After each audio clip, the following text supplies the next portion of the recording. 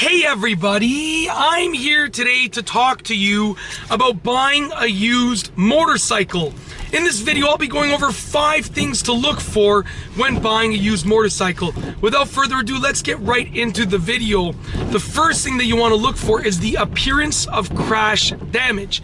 Now, it's no secret, there's a phrase that goes, there are riders that have fallen, and then there are riders that are going to fall. And what that phrase basically represents is the idea that every motorcycle rider at one point or another will drop the bike, will fall off the bike. So what it comes down to is this. Usually what happens is a motorcycle rider will drop their bike, and then they'll learn their lesson and they'll be extra careful. So they're either going to drop their bike, or maybe they'll get into an accident, or maybe, something will happen to the bike or themselves, and hopefully it doesn't. But when it does, and if it does, the rider is then usually extremely careful with what they're doing. So just look for the appearance of any damage, because if the bike has been in a crash, then most likely there will be evidence of that crash somewhere. It might be hard to find, but do a very thorough inspection of the bike and look for any appearance of any crash damage. All right, moving forward to number 2, leaking fluids. Now, leaking fluids are actually a huge red flag when it comes to buying a used motorcycle, simply because it all depends on how easy they are to repair. If you see a simple leaking fluid and you know that you can easily repair it, that's perfectly fine, but you have to be cautious when you see leaking fluids, because you have to know that it will take something to repair it. You don't want your motorcycle to be leaking fluids. It's not like a car where you can just let it sit and it's gonna leak and it'll be okay. Motorcycles use a much smaller volume of all of the fluids.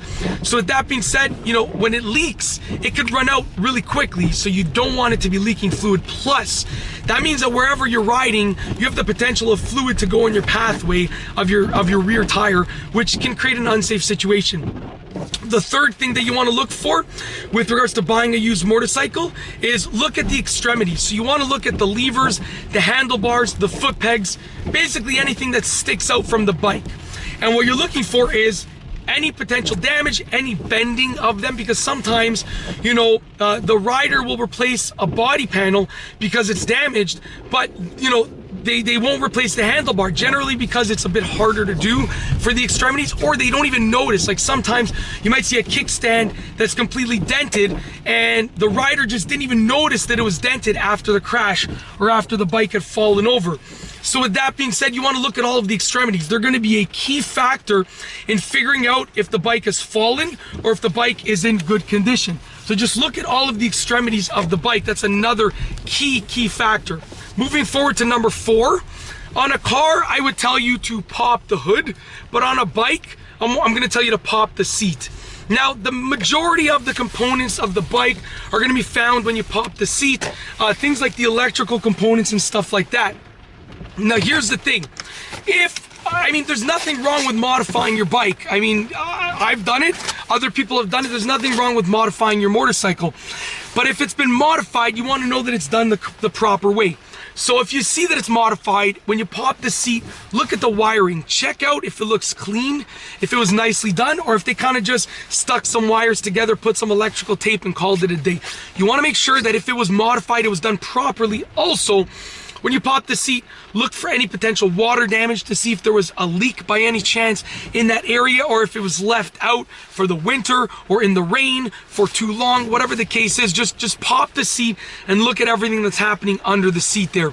Last but not least, you want to take it for a spin after you make sure that it's safe to ride. And that's number 5. That's the 5th thing to look for, is when you take it for a spin, look at everything. Figure out how it feels. A motorcycle that's in good condition will usually feel like it's in good condition. And it's easy to make a bike look like it's in good condition, but if you start to ride it and it's all shaky, and if the turns are very rough, then you know something's up with it. It's as simple as that. Now, make sure, I'm going to tell you 2 things. Number 1, make sure that you do a pre-ride inspection. So make sure that it's safe to ride, because you don't want to get onto a motorcycle and then realize that it's unsafe when you're already riding and it's too late and you've fallen. So make sure that it's safe to ride. And secondly, also start off at slow speeds and sort of work your way up. Don't take the bike and just rip it down the street, because if it starts shaking, it might be too late. You might fall, which causes damage to the bike and to yourself, which are both horrible things. So what you want to do is take it slow and then work your way up to the speed that you want to be at. And that's basically it. In this video, I've gone over 5 things to look for when buying a used motorcycle.